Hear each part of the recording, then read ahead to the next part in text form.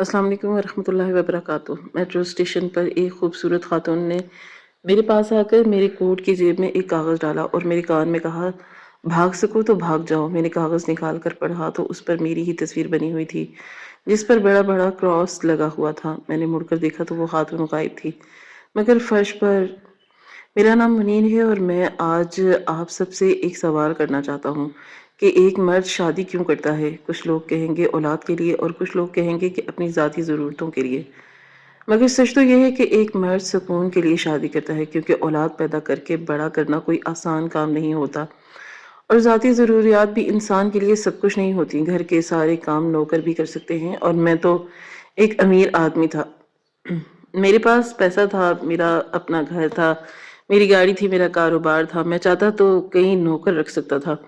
لوگ تو بچے گود بھی لے لیتے ہیں، مگر ایک عورت کے گھر میں لانے کا اصل مقصد یہی ہوتا ہے کہ وہ آپ کی دوست بنے، آپ کی ہمسفر بنے، آپ کے دل کی بات سنے، آپ کے ساتھ بیٹھے، آپ کے دکھ اور خوشی میں آپ کا ساتھ دے۔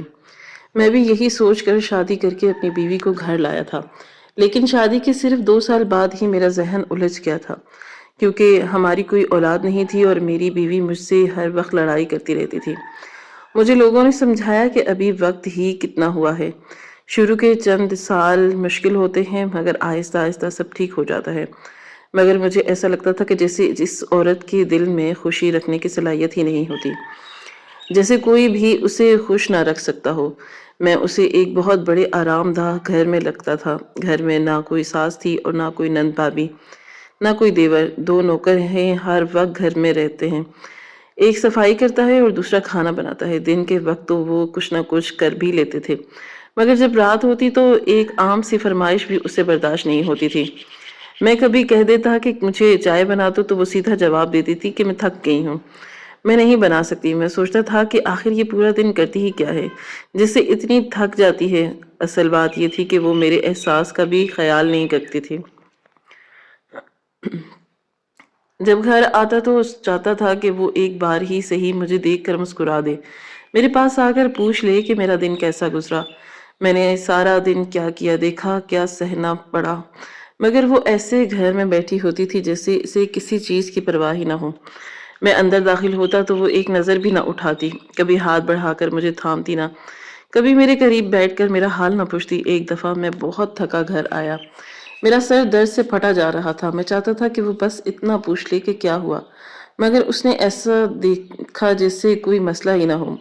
میں نے خود ہی کہا کہ میرا سر بہت بھاری ہے، تو وہ بولی کہ دوائی لے لو، میں تو ابھی آرام کرنا چاہتی ہوں۔ اسی لمحے مجھے پہلی بار یہ احساس ہوا کہ شاید میں اس عورت کے لیے صرف ایک ضرورت ہوں، ایک ذمہ داری ہوں، کوئی ایسا انسان نہیں جس کی موجودگی اسے سکون دے۔ شادی کرتے ہوئے میں نے صرف خوبصورتی دیکھی تھی، میری بیوی بہت خوبصورت تھی اور مجھ سے 12 سال چھوٹی تھی۔ میں اس معاشرے میں ایک کامیاب انسان تھا، مگر اس کامیابی کے لیے میں نے اپنی زندگی کا بہترین وقت قربان کیا تھا۔ اسی وجہ سے میری شادی بھی دیر سے ہوئی، مگر میں نے بھی کبھی سوچا بھی نہیں تھا کہ خوبصورتی کے باوجود ایک انسان اتنا بے حس بھی ہو سکتا ہے۔ وقت گزرتا جا رہا تھا مگر میری پریشانی بڑھتی جا رہی تھی۔ میرا گھر بڑا تھا، میری دولت کافی تھی، مگر میرے دل میں سکون کا نام و نشان بھی نہیں تھا۔ میں سوچتا رہتا تھا کہ آخر غلطی کہاں ہوئی ہے اور کیوں میری زندگی میری سوچ کے برعکس نکلی ہے۔ اب مسئلہ وہی تھا کہ سب کچھ تھا میرے پاس لیکن سکون نہیں تھا۔ میں گھر آتا تو ایسا لگتا کہ جیسے کسی میدان کی جنگ میں آ گیا ہوں۔ تھوڑی دیر کے خاموشی کے بعد ہی کوئی نہ کوئی بات شروع ہوتی، کبھی اس کے لہجے میں سختی ہوتی، کبھی اس کی آنکھوں میں وہ عجیب چبھن محسوس ہوتی جس سے مجھے پتا چلتا کہ اب ماحول خراب ہونے والا ہے۔ ایسا نہیں تھا کہ میں نے کوشش نہیں کی تھی، میں نے ہر طریقے سے گھر کو چلانے کی کوشش کی۔ میں نے اسے کبھی پیسوں کے معاملے میں پریشان نہیں کیا تھا، اس کے اپنے اکاؤنٹ میں بھی پیسے رکھتا تھا، اس کے پرس میں بھی پیسے ہوتے تھے تاکہ اگر اسے کچھ خریدنا ہو تو اسے کسی چیز کے لیے رکنا نہ پڑے۔ میں نے زندگی میں کبھی اسے یہ نہیں کہا تھا کہ یہ چیز مت خریدو، ابھی میرے پاس پیسے نہیں، کیونکہ میرے پاس پیسے تھے اور میں اگر اپنی بیوی پر نہیں لگاتا تو پھر پیسوں کا کیا فائدہ۔ ابھی تو میری کوئی اولاد بھی نہیں تھی، رشتہ دار بھی زیادہ نہیں تھے، بس چند دوست تھے جو میرے رشتہ داروں سے بھی بڑھ کر تھے۔ میں نے کبھی بھی اسے کسی چیز سے نہیں روکا تھا، مگر پتہ نہیں وہ کیا سوچتی رہتی تھی، اس کے دماغ میں کیا چلتا رہتا تھا۔ اسے پیار سے زوبی کہتا تھا، اس کا نام اصل میں زبیدہ تھا، مگر اسے اپنے نام سے بھی نفرت تھی، اس لیے وہ چاہتی تھی کہ اسے صرف زوبی کہا جائے۔ وہ کہتی تھی کہ زبیدہ تو کسی بوڑھی عورت کا نام لگتا ہے۔ یہ دیکھ کر ایک مرد آخر کیا سوچے گا؟ یہی نہ کہ اب جب اتنی سہیلیوں میں بھی خوش نہیں رہ رہی، جب اتنی نعمتوں اور آسائشوں اس کے پاس ہیں، پھر بھی اس کے ماتھے پر ناگواری کی وہی لکیر ہے، تو شاید میری ذات سے اس کو کوئی مسئلہ ہے۔ شاید وہ میرے ساتھ خوش نہیں، شاید وہ میرے ساتھ رہ کر بھی اکیلا پن محسوس کرتی ہے۔ میں نے خود کو بدل کر بھی دیکھا، میں نے فاصلے رکھ کر بھی دیکھا، میں نے اجتناب بھی اختیار کیا، مگر اس سے بھی اس کے رویے میں کوئی فرق نہیں آیا تھا۔ خیر، زندگی اسی طرح چل رہی تھی اور میں بس خاموشی کے ساتھ یہ سب سہتا جا رہا تھا۔ ایک دن میں اپنی گاڑی میں بازار جا رہا تھا کہ دھوپ تھوڑی تیز ہو گئی اور سڑک پر ٹریفک بہت زیادہ تھا۔ مجھے لگ رہا تھا کہ 5 یا 10 منٹ یہیں رہنا پڑے گا۔ میں نے گاڑی آہستہ آہستہ آگے بڑھائی اور پھر ایک لمبی لائن میں رک گیا۔ میرے ارد گرد گاڑیاں تھیں جن کے ہارن اور انجنوں کے آواز ماحول میں ایک بے چینی پیدا کر رہے تھے۔ میں نے کھڑکی سے باہر دیکھا تو سامنے ایک عورت کھڑی ہوئی نظر آئی۔ سفر میں تو نہ جانے کتنے لوگ نظر آتے ہیں، کوئی ٹھیلا لگا کر اپنا رزق تلاش کر رہا ہوتا ہے، کوئی کسی چیز کو ہاتھ پہ اٹھائے بیچ رہا ہوتا ہے، کوئی بچوں کو سنبھال رہا ہوتا ہے۔ سگنل پر تو عام طور پر بہت سے چہرے نظر آتے ہیں، مگر یہ عورت ان سب سے الگ تھی۔ وہ بالکل سیدھی کھڑی تھی، نہ وہ ہل رہی تھی نہ چل رہی تھی، اس کا چہرہ ساکت تھا، جیسے وہ کسی سوچ میں ڈوبی ہو، اور اس کی نظریں سیدھی میری طرف تھی۔ اس کے کپڑوں سے اندازہ لگانا مشکل تھا کہ وہ امیر ہے یا غریب، اس کے لباس میں کوئی پھٹا ہوا حصہ نہیں تھا، مگر ایسا بھی نہیں لگ رہا تھا کہ وہ بہت آسودہ حال ہو۔ بھیک مانگنے والی بھی نہیں لگ رہی تھی، وہ بس کھڑی تھی ایک جگہ پر اور اس کا دھیان میری طرف تھا۔ میں نے ذرا سا پیچھے گھوم کر دیکھا، شاید وہ کسی اور کو دیکھ رہی ہو، کسی اور چیز کی طرف اشارہ ہو، مگر نہیں، اس کی آنکھیں میری طرف متوجہ تھیں، جیسے اسے کسی نے کہا ہو کہ اسے بس کھڑے ہو کر مجھے ہی دیکھنا ہے۔ میں اس کی نظریں محسوس کر رہا تھا، اس میں ایک عجیب سی گہرائی تھی، جیسے وہ مجھے پہچانتی ہو یا جیسے وہ مجھے دیکھ کر کچھ کہنا چاہتی ہو، مگر کہہ نہیں رہی ہو۔ اسی وقت ایک لمحے کے لیے یوں لگا کہ جیسے وقت رک گیا ہو، ارد گرد کی آواز مدھم ہو گئی ہو اور عورت اس کی آنکھیں نہیں ہی سامنے رہ گئی ہوں۔ مجھے یہ سب بہت عجیب لگ رہا تھا۔ میں ایک ہلکی سی بے چینی سے اٹھنے لگی، مگر میں نے خود کو سنبھالا اور کھڑکی کے شیشے کو اوپر کر دیا۔ سگنل کھلتے ہی گاڑیاں آگے بڑھنے لگیں تو میں نے بھی گاڑی آگے بڑھا لی۔ کچھ دیر بعد وہ عورت میرے ذہن میں رہی ہی نہیں۔ اس کا کھڑا ہونا، اس کا سیدھا دیکھنا، سب کچھ بہت غیر معمولی تھا، جیسے وہ کوئی عام عورت نہ ہو۔ خود کو کہا کہ شاید میں ہی زیادہ سوچ رہا ہوں۔ اس کو اپنے ذہن سے نکالنے کی کوشش کی، مگر وہ عجیب سا احساس کہیں نہ کہیں دل میں رہ گیا۔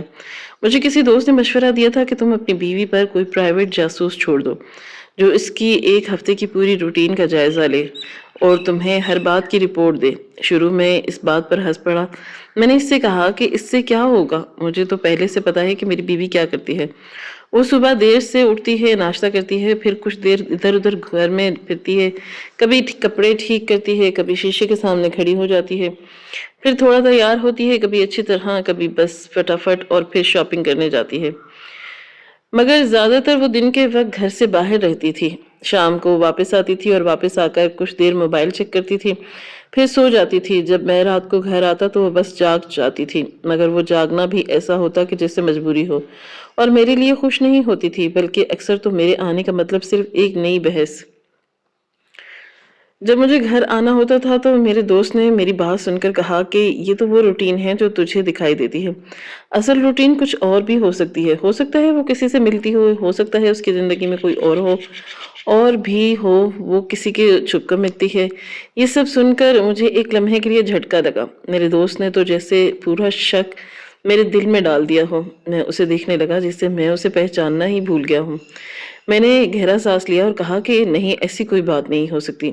میں نے اسے کبھی کسی ایسے طریقے سے بات کرتے ہوئے نہیں دیکھا، اس نے کبھی اپنے فون پر لاک ہی نہیں لگایا، میں نے اسے کبھی چھپ کر فون پر بات کرتے نہیں پکڑا، اس کے رویے میں کبھی وہ تبدیلی محسوس نہیں کی جو عام طور پر ایسی حرکتیں کرنے والے لوگوں کی ہوتی ہے۔ میں تو اس کی روزمرہ کے ہر انداز کو سمجھتا تھا، تو اس کا صبح دیر سے اٹھنا، اس کا رات تک بدلے نہ جانے والا تیور، اس کی تھکن اور بے رخی۔ مگر میرے دوست نے بات یہاں ختم نہ کی۔ وہ کہتا رہا کہ آج کل لوگ بڑے چالاک ہوتے ہیں، ایسے معاملات کو اسی طرح چھپاتے ہیں کہ کسی کو کانوں کان خبر بھی نہ ہو۔ ایسے لوگ موقع ملتے ہی زندگی کے دو چہرے رکھ لیتے ہیں، ایک گھر کے سامنے اور ایک چھپ کر دنیا کے سامنے۔ اس نے میرے دل میں شک کا بیج ڈالنے کی پوری کوشش کی، مگر میرا دماغ اس طرف جانے کو تیار ہی نہیں تھا۔ میں اپنی بیوی پر شک نہیں کرنا چاہتا تھا۔ اگر میں اتنی کوشش کر رہا ہوں کہ وہ ٹھیک ہو جائے، اگر میں ہر دن یہ سوچتا ہوں کہ آخر وہ خوش کیوں نہیں، اور آخر اسے کس بات کا مسئلہ ہے، تو ظاہر سی بات ہے کہ میں اسے اپنے ساتھ رکھنا چاہتا ہوں، اسے بسانا چاہتا ہوں، اسے چلانا چاہتا ہوں۔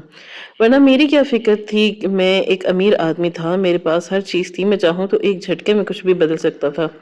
جیسے مجھے وہ عورت ملی تھی ویسے مجھے کوئی اور بھی مل سکتی تھی، مگر میں ایسا آدمی نہیں تھا۔ میں ایک خاندانی انسان تھا، اور خاندانی مرد اپنی عورتوں کو چھوڑتے نہیں، وہ بھی اسی طرح کی باتوں پر برداشت کرتے ہیں، وہ نبھاتے ہیں، وہ اپنے گھر کو ٹوٹنے نہیں دیتے۔ اسی لیے تو میں ابھی تک برداشت کر رہا تھا، اگر میں چاہتا تو کب کا چھوڑ چکا ہوتا، مگر میں نے ایسا نہیں کیا۔ میں نے اپنے دوست سے صاف کہہ دیا کہ ایسی کوئی بات نہیں، تو وہ ہنس کر بولا، ایسی بات ہو سکتی ہے، اور وہ جو جوان ہے اور خوبصورت ہے، اور تو بوڑھا۔ تو سن کر میں نے گہری نظر اس پر ڈالی۔ یہ واحد دوست تھا جو مجھ سے اس طرح کی باتیں کر سکتا تھا، ورنہ کوئی دوسرا ہوتا تو میں اسے برداشت نہ کرتا۔ میں نے اس کی بات سنی، مگر اس پر زیادہ توجہ نہیں دی کہ باتیں صرف اندازے ہیں، اور میں اپنی بیوی کو اس نظر سے دیکھنے والا نہیں تھا۔ میں نے اپنے دل کو سمجھایا کہ نہیں، یہ سب بے بنیاد ہے، اور میں نے اس کے مشورے کو وہیں چھوڑ دیا۔ لیکن کہیں نہ کہیں اس کی کہی ہوئی باتوں کی ایک ہلکی سی لکیر میرے ذہن میں آ گئی، جیسے کوئی بہت نرم سی خراش ہو جو دکھتی تو نہیں مگر محسوس ضرور ہوتی ہے۔ میں روزانہ ایک ہی راستے سے گزرتا تھا، میرا آفس میرے گھر سے تقریباً 45 منٹ کے فاصلے پر تھا۔ میں لاہور میں رہتا تھا، اور میرا روٹ ہمیشہ ایک سا رہتا، ایک ہی سگنل تھا جہاں گاڑی روکنی پڑتی تھی، چاہے ٹریفک کم ہو یا زیادہ۔ میرا معمول بن چکا تھا کہ ہر صبح اسی مقام سے گزرتا، اور ہر روز اسی ایک سگنل پر چند لمحوں کے لیے رکنا پڑتا۔ اس دن بھی میں حسب معمولی سی سگنل پر کھڑا، گاڑی آہستہ آہستہ رک گئی۔ میں نے سامنے دیکھا تو میرا دل جیسے ایک لمحے کے لیے ٹھہر گیا، کیونکہ وہ عورت پھر موجود تھی، وہی عورت جو چند لمحے پہلے مجھے دکھی تھی، مگر اس بار ایک فرق تھا۔ اس کے چہرے پر ایک ایسی مسکراہٹ تھی جو عام مسکراہٹوں جیسی نہیں تھی۔ وہ مسکراہٹ خوشی کی تھی نہیں تھی، نہ حیرت کی تھی، بلکہ وہ خاموش اور بے معنی سی مسکراہٹ تھی، جیسے کسی کے اندر بہت کچھ ٹوٹ چکا ہو، اور وہ اب صرف چہرے پر ایک خالی سی ہنسی رکھی ہو، اسے اپنے چہرے پر مسکراہٹ رکھنے پر مجبور کیا گیا ہو۔ میں نے غور سے دیکھا تو وہ عورت بالکل میری بیوی کی عمر کی لگ رہی تھی، شکل و صورت سے بھی وہ اچھی تھی، نظریں جمی ہوئی تھی، بات کرنے کا انداز بھی ایسے انسان جیسا تھا جو سڑکوں پر مانگتے ہوں یا بھیک ہو بھٹکتے ہوں۔ اس کے کپڑے صاف ستھرے تھے تو لگتا تھا کہ کسی اچھے گھر کی عورت ہے، مگر اس کے چہرے میں ایک ایسی خالی سی کیفیت تھی جیسے وہ کسی نفسیاتی الجھن میں مبتلا ہو، جیسے وہ اپنے حواس میں ہی نہ ہو۔ آج بھی وہ کسی اور کو دیکھ رہی ہو، شاید نظر کا زاویہ ایسا ہو کہ مجھے لگ رہا کہ وہ مجھے دیکھ رہی ہے۔ اس لیے میں نے اپنا چہرہ سائڈ پر کر لیا، میں نے باہر دوسری طرف دیکھنے کی کوشش کی جیسے میں نے اسے دیکھا ہی نہ ہو، مگر انسان اپنی آنکھوں کے کناروں سے بھی بہت کچھ دیکھ لیتا ہے، اور مجھے صاف محسوس ہو رہا تھا کہ اس کی نظریں میرے اوپر ہی جمی ہوئی تھی۔ ایک عجیب سا احساس میرے دل میں سرکنے لگا، جیسے کوئی میرے پیچھے پیچھے چل رہا ہو، جیسے کوئی مجھے مسلسل دیکھ رہا ہو۔ اچانک میرے اندر ایک بے چینی سی اٹھی۔ میں نے بے اختیار اس عورت کی طرف دیکھا جس سے میرا دل چاہ رہا ہو کہ ایک بار تصدیق کر لوں کہ وہ واقعی مجھے دیکھ رہی ہو، اور جیسے ہی میں نے مڑ کر اس کی طرف دیکھا تو اس نے فوراً مجھے اشارہ کیا۔ وہ اشارہ ایسا تھا جیسے کوئی آپ کو پکار رہا ہو، جیسے وہ کہنا چاہتی ہو کہ ہاں تمہیں ہی دیکھ رہی ہوں، میں نے ہی تمہیں منتخب کیا ہے، تم ہی وہ ہو جس کی میں منتظر ہوں۔ اس کا وہ ایک دم کیا اشارہ میرے دل میں خوف سا بھر گیا تھا، جیسے وہ کوئی عام عورت نہ ہو بلکہ کوئی ایسی چیز ہو جس کے ارادے عام انسانوں جیسے نہ ہو۔ ایک لمحے کے لیے مجھے محسوس ہوا کہ میرا حلق خشک ہو گیا، جیسے کسی نے میرا سانس روک لیا ہو۔ میں نے ہاتھ اسٹیئرنگ پر مضبوطی سے جما لیے، میرے اندر ایک عجیب سی وحشت اٹھنے لگی۔ پتہ نہیں کون تھی، کہاں سے آئی تھی، کیونکہ مجھے دیکھ رہی تھی، اور کیوں اس طرح مسلسل میرا پیچھا کر رہی تھی۔ میں سوچنے لگا کہ شاید وہ کوئی ذہنی مریضہ ہو جو سڑک پر آ کر لوگوں کو دیکھتی ہو، یہ شاید کوئی اور مسئلہ ہو، مگر جو بھی تھا، اس کا انداز، اس کی نظریں، اس کی خاموش مسکراہٹ، سب کچھ ایک ایسی بے چینی پیدا کر رہا تھا جو میں بیان نہیں کر سکتا تھا۔ خوش قسمتی سے اس دن ٹریفک زیادہ نہیں تھا، سگنل جلدی کھل گیا تھا۔ میں نے جیسے ہی سبز رنگ دیکھا گاڑی فوراً آگے بڑھا دی۔ میں نے اس عورت کی ظرف دوبارہ دیکھنے کی ہمت نہیں کی۔ میرے اندر ایک ہی خواہش تھی کہ کسی طرح وہاں سے دور ہو جاؤں۔ میں جتنا آگے جاتا ایسا لگتا کہ جیسے اس کی وہ انوکھی مسکراہٹ میری یاد میں پیچھے رہ کر میرے ساتھ چل رہی ہو۔ میں نے پھر پیچھے مڑ کر نہیں دیکھا، بس گاڑی چلاتا رہا، مگر میرے دل میں یہ احساس بیٹھ چکا تھا کہ یہ عورت کوئی عام عورت نہیں تھی، اور یہ سب کچھ کسی نہ کسی آنے والے واقعے کی ابتدا لگ رہی تھی۔ دو عورتوں نے مجھے اندر سے توڑ کر رکھ دیا تھا، ایک میری اپنی بیوی اور جو میرے گھر کے اندر مجھے سکون نہ لینے دیتی، اور ایک وہ سڑک پر کھڑی عورت جو جانے کس وجہ سے میرے پیچھے پڑ گئی تھی۔ میری زندگی کا چین دو طرف سے مجھ پر حملہ آور تھا، ایک طرف گھر کا بے لطف ماحول اور دوسری طرف وہ انجانی خوف موجودگی جسے میں سمجھ نہیں پا رہا تھا۔ ایک دن میں نے فیصلہ کیا کہ اب میں مزید یوں ہی برداشت نہیں کروں گا، نہ جھگڑا، نہ الزام، نہ بحث۔ میں نے زوبی کو سامنے بٹھایا۔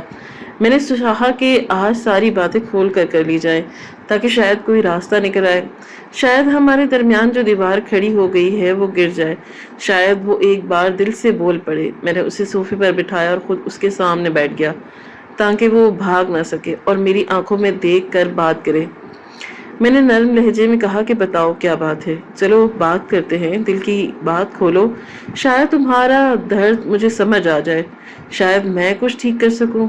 وہ بیزاری سے بولی کہ جب بات کرتے ہیں تو جھگڑا ہو جاتا ہے۔ میں نے فوراً کہا کہ میں وعدہ کرتا ہوں آج جھگڑا نہیں ہوگا، نہ میں غصہ کروں گا نہ تم کرو گی، بس ایک بار کھل کر بتاؤ مجھے کیا مسئلہ ہے۔ میں نے گہرا سانس لیا اور اس کے لیے وہ دروازہ کھول دیا جسے کھولنا میرے لیے مشکل تھا۔ میں نے کہا کہ تمہیں اگر کسی چیز کی ضرورت ہے، چاہیے، کوئی چیز پسند ہے تو بتاؤ، میں منگواؤں گا۔ اگر باہر جانا چاہتی ہو تو مجھے بتاؤ، میں نوکری سے چھٹی لے لوں گا، میں وقت نکالوں گا، تم کہو تو ہم شمالی علاقہ چلیں گے گھومنے، اور پاکستان میں ہی جانا ہے تو جاؤ۔ میں نے اسے اتنے سارے راستے دیے جتنے شاید کوئی مرد اپنی مصروف زندگی میں نہیں دے سکتا۔ میں نے سوچا اگر اسے کہیں سحر کی ضرورت ہے تو میں لے کر جاؤں گا، اگر اسے اپنے دل کا بوجھ کسی کے سامنے کھولنا ہے تو میں خود اسے لے کر اس کے عزیز کے پاس چلا جاؤں گا۔ ضرورت ہے تو پیسے دے دوں گا، سوٹ چاہیے تو خرید دوں گا، بس وہ ایک لفظ بول دے تاکہ مجھے پتا چلے کہ آخر مسئلہ کیا ہے۔ مگر وہ بالکل خاموش تھی، اس کے چہرے پر نہ ناراضگی تھی، نہ ضد تھی، نہ غصہ تھا، نہ بحث، وہ بس گہری خاموشی میں ڈوبی ہوئی تھی، جیسے کسی نے اس کی زبان پر قفل پھینک دیا ہو۔ وہ خود فیصلہ نہیں کر پا رہی تھی کہ اسے کیا کرنا چاہیے۔ میں نے حیرت سے اسے دیکھا اور کہا کہ ایسا تو نہیں ہوتا زوبی، دنیا کے بڑے بڑے مسائل بات چیت سے حل ہوتے ہیں، ملکوں کی جنگیں بھی میز پر بیٹھ کر ختم ہوتی ہیں، لوگوں کے مذاکرات کرتے ہیں، بات کرتے ہیں، ایک دوسرے کی سنتے ہیں۔ ہم اپنے گھر کے چھوٹے سے مسئلے کو بھی حل نہیں کر پا رہے، کیا ہم دو انسان بیٹھ کر یہ طے نہیں کر سکتے کہ ہم کیسے آگے بڑھیں؟ وہ کچھ نہیں بولی، اس نے صرف اتنا کہا کہ مجھے میرے حال پر چھوڑ دو۔ بس یہ جملہ اتنا خالی تھا کہ لگتا تھا کہ جیسے اس کے اندر بھی کچھ نہیں بچا۔ آج وہ نہ جھگڑ رہی تھی، نہ آواز اٹھا رہی تھی، نہ مجھ پہ الزام، نہ تانے دے رہی تھی، بس ساکت بیٹھی تھی۔ اس کی کیفیت پر میں حیران تھا کہ ایک عورت جو روز کسی نہ کسی بات پر بحث کرتی تھی آج مکمل خاموش تھی۔ ایک مرد کبھی کبھی اپنی بیوی کی خاموشی چاہتا ہے، مگر جب وہ خاموش ہو جائے تو اسے ڈر لگنے لگتا ہے، کیونکہ وہ خاموشی کبھی کبھی طوفان کا آغاز بھی ہو سکتی ہے یا پھر ٹوٹ جانے کی علامت بھی۔ میں اس کے بے حس چہرے کو دیکھتا رہا اور سوچتا رہا کہ آخر اس کی اس غیر معمولی خاموشی کے پیچھے کیا راز ہے؟ کیا وہ اندر ہی اندر کسی ایسے ذہنی سوچ میں دبی ہوئی ہے جس تک میں پہنچ نہیں پا رہا؟ مجھے بتانا نہیں چاہتی، اس کی یہ خاموشی بھی میرے لیے اتنی ہی پریشان کن تھی جتنی باہر وہ سڑک پر کھڑی عورت۔ وقت کے ساتھ دو عورتیں میری زندگی میں دو مختلف طرح کی بے چینی پیدا کر رہی تھیں۔ اس طرح کی عورتیں ہوتی ہیں جو مرد کا کانفیڈنس بالکل ختم کر دیتی ہیں، اپنی کسی وجہ کی وجہ سے وہ سمجھتی ہیں کہ جیسے ہم نے تو کچھ نہیں کیا، لیکن اصل میں وہ کتنا نقصان کر رہی ہوتی ہیں۔ اب میں یہ سمجھنا شروع ہو گیا تھا کہ میرے اندر ہی کوئی مسئلہ ہے، میں ہی کسی عورت کو خوش نہیں رکھ سکتا، میں ہی برا ہوں، میں نے اپنے آپ کو برا کہنا اور سوچنا شروع کر دیا، یہ عورت مجھے کس مقام پر لے کر آ گئی۔ ایسا کوئی نہیں تھا جس سے میں اندرونی باتیں کر سکوں، لیکن اگر کوئی ہوتا تو شاید وہ یہی کہتا کہ اس کو چھوڑ دے، لیکن یہ کہاں جاتی، اس کا تو اس دنیا میں کوئی تھا بھی نہیں۔ اس کی ایک خالہ تھی جس نے شادی کروائی تھی، اور اس نے مجھے خود بتایا تھا کہ وہ خالہ کے ساتھ اچھا رویہ نہیں رکھتی تھی اور مجھے بہت برے حالات میں رکھا تھا، اور اس خالہ نے مجھ سے 25 لاکھ روپے بھی لیے تھے اس کی شادی مجھ سے کروانے کے لیے۔ اب یہ دوبارہ اس کے پاس جاتی، وہ دوبارہ اس کا سودا کر دیتی۔ یہ سودا ہی تھا نا، یہ سودا ہی ہوتا ہے۔ آپ اگر بولے نہیں کہ آپ نے چیز نہیں خریدی تو اس کا مطلب یہ نہیں کہ آپ نے واقعی ہی میں کوئی نہیں خریدی۔ میں تو سارا کچھ برداشت کر رہا تھا، لیکن کوئی ایسا مل جاتا جو یہ سب کچھ برداشت نہ کرتا، یہ رویہ نہ جھیلتا، تو اس کی زندگی تو برباد ہو جانی تھی۔ اور ایسا نہیں تھا کہ یہ ماں نہیں بن سکتی۔ میں ڈاکٹر کے پاس لے کر گیا تھا، ڈاکٹر نے کہا تھا کہ سب کچھ ٹھیک ہے۔ میں اس کے ساتھ بچے پیدا کرنا چاہتا تھا، اپنی زندگی شروع کرنا چاہتا تھا، لیکن یہی موقع ہی نہیں دے سکتی تھی۔ آج تو میں گھر سے بڑی طرح جھگڑ کر نکلا۔ میں نے کہا کہ اپنی حرکتیں ٹھیک کر لو، نہیں تو میں کوئی ایسا فیصلہ کر لوں گا جو میں نہیں کرنا چاہتا۔ اب ایسا نہیں تھا کہ میں واقعی ہی ایسا کوئی فیصلہ کرنا چاہتا تھا، لیکن میں اسے ڈرا رہا تھا۔ یہ میرا آخری آپشن تھا کہ میں اسے تھوڑا سا ڈرا دوں تاکہ یہ ٹھیک ہو جائے۔ آج ہماری بہت بری لڑائی ہو گئی۔ میں نے یہاں تک بھی کہہ دیا کہ میں تمہیں طلاق دے دوں گا، چھوڑ دوں گا۔ تو عجیب سی بات ہے، پہلے تو لڑتی تھی، یہ 2-3 دفعہ سے تم مجھ سے جھگڑا بھی نہیں کر رہی، جیسے کوئی روبوٹ ہو۔ بس اس نے یہاں تو اپنا فیصلہ خود کر لیا، یا پھر وہ خود کو بھی نہ ہو۔ بس پھر جب گھر سے نفرت میں نہوت مچی ہوئی تھی اور بندہ ذلیل ہو کر اپنی گھر کی عورت سے جھگڑ رہا ہو تو پھر کچھ نہ کچھ برا ہی ہوتا ہے۔ آج مجھے آفس بھی جانا تھا، میرا بڑا ضروری کام تھا، اور میری گاڑی خراب ہو گئی، اوپر سے لاہور کا موسم جو اچانک ہی بدل گیا۔ بیوی سے لڑ کر میں غصے میں گھر سے نکلا اور سیدھا گاڑی کی طرف گیا، لیکن جیسے ہی گاڑی سٹارٹ کی تو اس نے ایک جھٹکا دیا اور بند ہو گئی۔ میں نے 2-3 بار کوشش کی مگر اس نے ایک اپنی آواز نکالی۔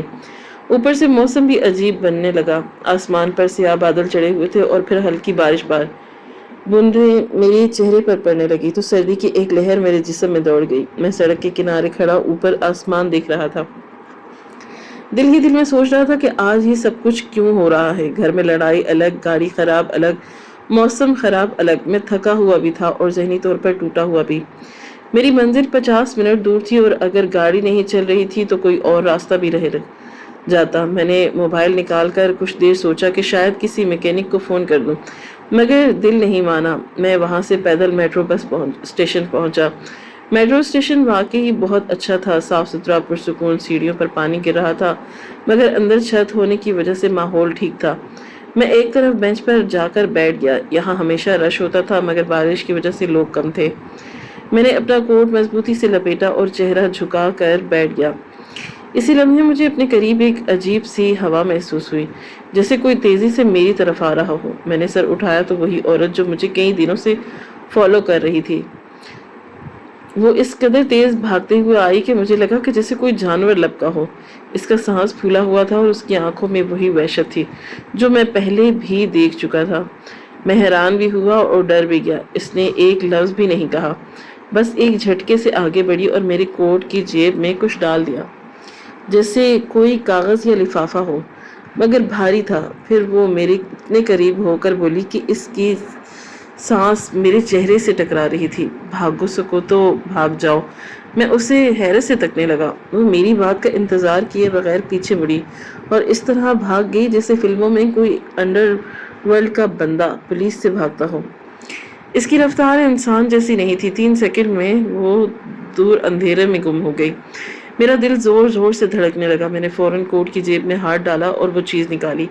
یہ لفافہ نہیں تھا، یہ ایک تصویر تھی، مضبوط سا فوٹو پیپر پہ۔ اسے گھما کر دیکھا تو میری ریڑھ کی ہڈی میں سرد لہر دوڑ گئی۔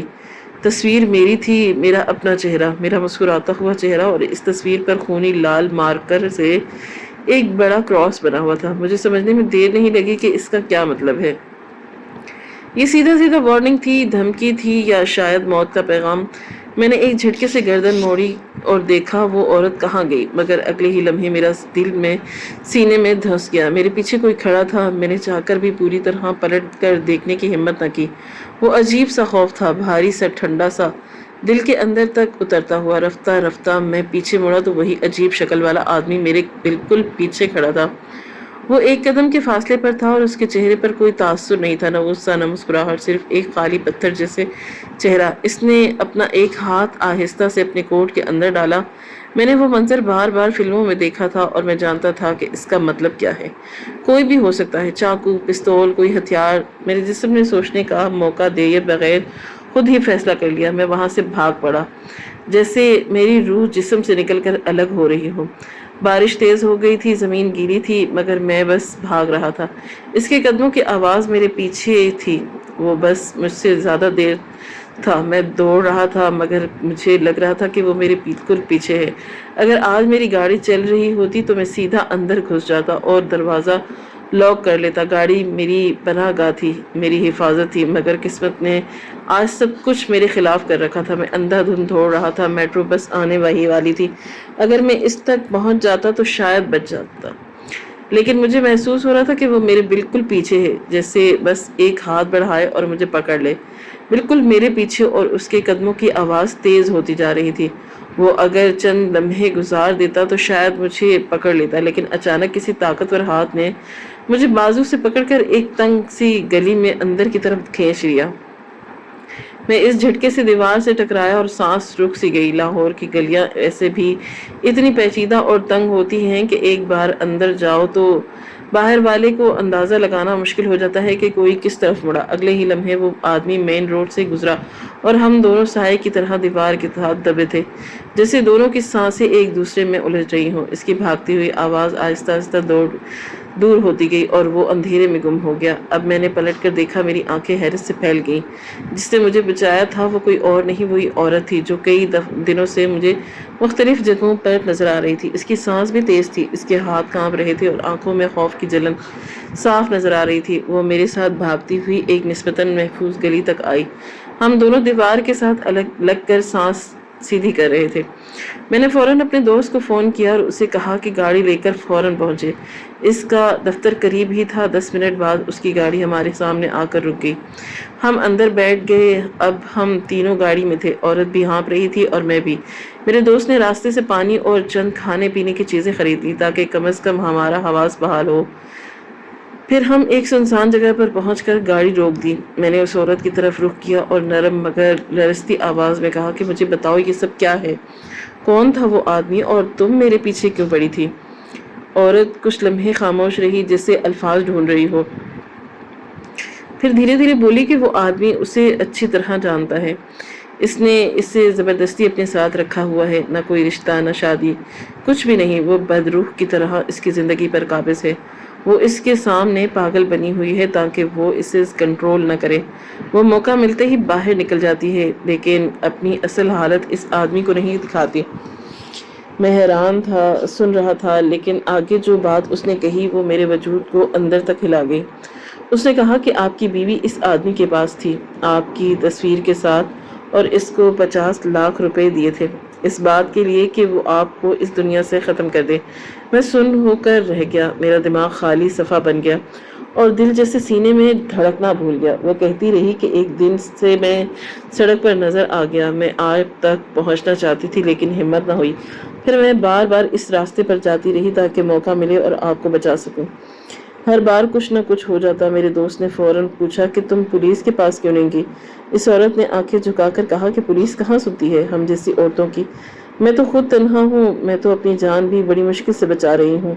میں نے اس کی طرف دیکھا، اس کے چہرے پر خوف تھا، پسینہ تھا، تھکن تھی اور ایک ایسی بے بسی تھی جو لفظوں میں نہیں بیان کر سکتے۔ میں نے اس کا شکریہ ادا کیا اور کہا کہ تمہیں اس آدمی کے پاس واپس جانے کی ضرورت نہیں، اب تو شاید اسے بھی شک ہو گیا ہوگا۔ میں نے اپنے دوست سے کہا کہ اسے اپنے گھر لے جاؤ اور اسے اپنی بیوی بہن کے پاس رکھو، اس کی حفاظت کرو۔ اس نے فوراً ہاں کر دی۔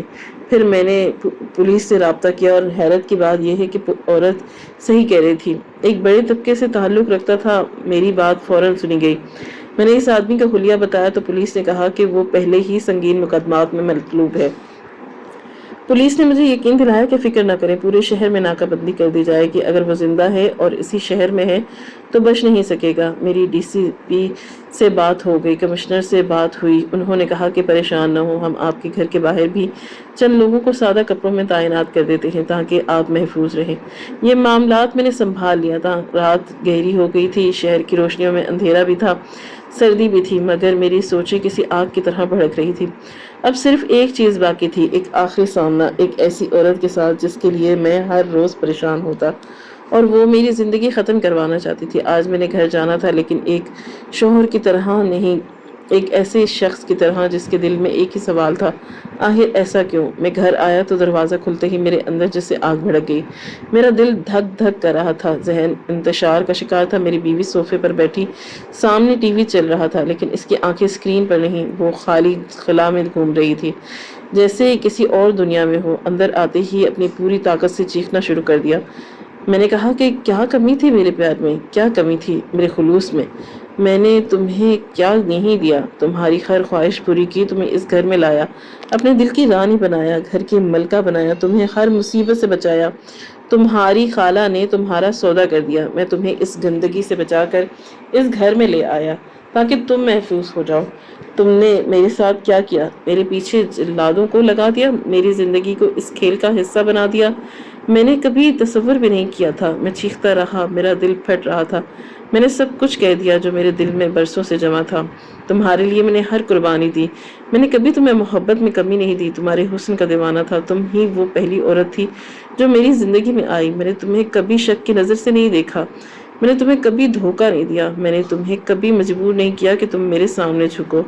میں نے تمہیں عزت دی، مگر تم نے کیا کیا؟ تم نے میرے پیچھے ایک قاتل لگا دیا۔ کیوں؟ آخر کیوں؟ میں تمہارا کیا لگتا ہوں تھا؟ میرا کیا قصور تھا؟ کیا میں بے وفا تھا؟ کیا میں نے تمہیں دھوکہ دیا؟ میں چیختا گیا، لیکن وہ ایک پتھر کی طرح بیٹھی رہی۔ اس نے میری طرف دیکھا نہ، اس نے کوئی جواب نہیں دیا کہ یہ وہی حالت تھی جس میں وہ اکثر چلی جاتی تھی۔ وہ جیسے اپنے اندر بند ہو جاتی تھی، اس کی دنیا باہر سے بالکل کٹ جاتی۔ میں نے سوچا کہ شاید اس بار بھی وہ خاموشی کا کفن لگا بیٹھی، لیکن آج کی خاموشی میں کچھ عجیب تھا، آج جیسے اس کی سانسیں بھی نہیں ہل رہی تھی۔ میں بول بول کر تھک گیا، آواز بیٹھ گیا، حلق میں درد تھا، کوئی جواب نہیں۔ میں نے کہا اٹھو، بات کرو، کیا تم نے یہ سب کیا؟ جب وہ پھر بھی نہ بولی تو میں غصے میں آگے بڑھا۔ جیسے ہی میں نے اس کی شکل دیکھی میرے وجود سے جیسے جان نکل گئی، دھڑم سے نیچے بیٹھ گیا، میری ٹانگیں میرا بوجھ نہ اٹھا سکی، میں اپنے گھٹنوں کے بل گر گیا، آنسو بہنے لگے۔ میں سمجھ نہیں پا رہا تھا کہ رو کیوں رہا ہوں۔ یہ عورت وہ تھی جو مجھے اس دنیا سے ختم کر، اب وہ خود اس دنیا میں نہیں رہی، وہ جا چکی تھی۔ اس کے پاس ایک چھوٹا سا خط رکھا ہوا تھا، میں نے ہانپتے کانپتے ہاتھوں سے وہ اٹھایا، میں نے جلدی جلدی اسے کھولا۔ اس میں لکھا تھا مجھے معاف کرنا، آگے کچھ نہیں تھا، کوئی جواز نہیں، کوئی وضاحت نہیں، کوئی مقصد نہیں۔ میں بس خالی نظروں سے اس خط کو دیکھتا رہا۔ مجھے نہیں معلوم وہ کس دکھ سے گزری تھی، کس اندھیرے میں تھی، اس کا دماغ کب ٹوٹا تھا اور کب اس نے میری زندگی ختم کرنے کی ٹھان لی اور پھر آخر میں خود اپنی زندگی ختم کر دی۔ کوئی ہنگامہ نہیں، کوئی سوال نہیں، سب کچھ خاموشی میں دفن ہو گیا۔ پولیس نے اس آدمی کو پکڑ لیا جسے اس نے پیسے دیے تھے، وہ واقعی ایک خطرناک آدمی تھا، کتنے کیسوں میں مطلوب تھا۔ اس کے بعد معاملہ ختم ہو گیا، لیکن ایک عورت رہ گئی جس کا نام ناہید تھا، وہی عورت جس نے میری جان بچائی۔ میرے دوست نے کہا کہ اب اس کا کیا کرنا ہے؟ میں نے کہا کہ مجھے کچھ سمجھ نہیں آ رہا۔ 2-3 ہفتے بعد میرے دوست نے بتایا کہ وہ میرے گھر پر زیادہ نہیں رہنا چاہتی، وہ کہہ رہی تھی کہ میں کہیں اور چلی جاؤں گی، لیکن یہ نہیں بتایا کہ کہاں جانا ہے اور کیوں جانا ہے۔ اس نے مجھ سے دوبارہ ملنے کی خواہش بھی ظاہر نہیں کی۔ اس سے ملا اور میں نے اس سے سوال پوچھا کہ میرے دل میں چل رہا تھا۔ میں نے پوچھا کہ جب میری بیوی اس قاتل کے پاس گئی تھی تو کیا اس نے کچھ کہا تھا؟ کیا اس نے بتایا تھا کہ وہ یہ سب کیوں کر رہی ہے؟ ناہید نے گہری سانس لی اور کہا اس نے کچھ بھی نہیں بتایا، بس وہ کہہ رہی تھی کہ اس آدمی کو اس دنیا سے روانہ کر دو، یہ بہت تکلیف میں ہے، اور اس کے بعد اس نے پیسے دیے اور چلی گئی۔ میں حیران رہ گیا۔ میں نے کہا کہ میں تو تکلیف میں نہیں تھا۔ اس نے کہا مجھے نہیں پتا، میں نے بس یہی سنا تھا۔ اس کی باتیں میرے دماغ کو کاٹتی رہیں۔ میری بیوی قبر میں تھی، مگر میری زندگی میں پہلی پہیلی بن کر رہ گئی۔ میں نے ناہید سے کہا کہ کیا وہ میرے ساتھ زندگی گزارنا چاہتی ہے، کیا وہ مجھ سے شادی کرے گی؟ اس نے کچھ دیر خاموشی اختیار کی، پھر آہستہ سے کہا ہاں کر دی، اور آج وہ میری بیوی ہے اور میں اس کے ساتھ خوش ہوں۔ لیکن سچ یہ ہے کہ آج بھی کبھی کبھی زوبی کا خیال آ جاتا ہے۔ میں سوچتا ہوں کہ وہ کیسی عورت تھی، اس کے دل میں کیا چل رہا تھا، کیا ڈپریشن کا شکار تھی، کیا وہ کسی ایسی بیماری میں مبتلا تھی جس میں سمجھ ہی نہیں پایا، اس کے اندر کے درد کو نظر انداز کیا، رویے کو اس کی بیماری سمجھنے کے بجائے اس کی ضد اور اس کے جھگڑوں کا نام دے دیا، اور اس کو جاننے کی کوشش نہیں کی اس کے دل میں کون سی جنگ چل رہی تھی جو اسے اندر سے کھا رہی تھی۔ میں نے اس کی خاموشی کو ضد سمجھا، میں نے اس کی دوری کو نفرت سمجھا، اس کے چہرے کی اداسی کو داکاری سمجھا، لیکن شاید وہ اندر سے ٹوٹ گئی، شاید وہ کسی عذاب میں گرفتار تھی، شاید اس کا ذہن بوجھ نہیں اٹھا پا رہا تھا۔ وہ کیوں نہیں سمجھتی اور میں اسے کیوں سمجھاؤں، جبکہ شاید اسے میری سمجھ سے زیادہ میری توجہ کی ضرورت تھی۔ اب میں اس کہانی کے آخر میں صرف ایک بات کہہ سکتا ہوں، میں نے ایک عورت کو کھو دیا اور اس کے بعد بہت کچھ جانا۔ اس نے میری جان لینے کی کوشش کی، مگر آج بھی میں اس کی تصویر دیکھوں تو میرے دل میں اٹھتا ہے سوال کہ وہ آخر اس طرح کیوں کرنا چاہتی تھی، کس تکلیف میں تھی، کس اندھیرے میں تھی۔ انسان اگر خود کو ختم کر لے تو اس کا مطلب یہی ہے کہ اس نے بہت کچھ اندر چھپا رکھا ہے جو کوئی جان نہ پایا، میں نے بھی نہ جان پایا، شاید میں ہی غلط تھا۔ اصل خرابی کہاں تھی، کس میں تھی اور کیوں تھی؟ ہماری آج کی یہ کہانی آپ کو کیسی لگی، کامنٹ باکس میں اپنی رائے کا اظہار ضرور کریں اور ہمارے چینل کو سبسکرائب کریں۔ اللہ حافظ۔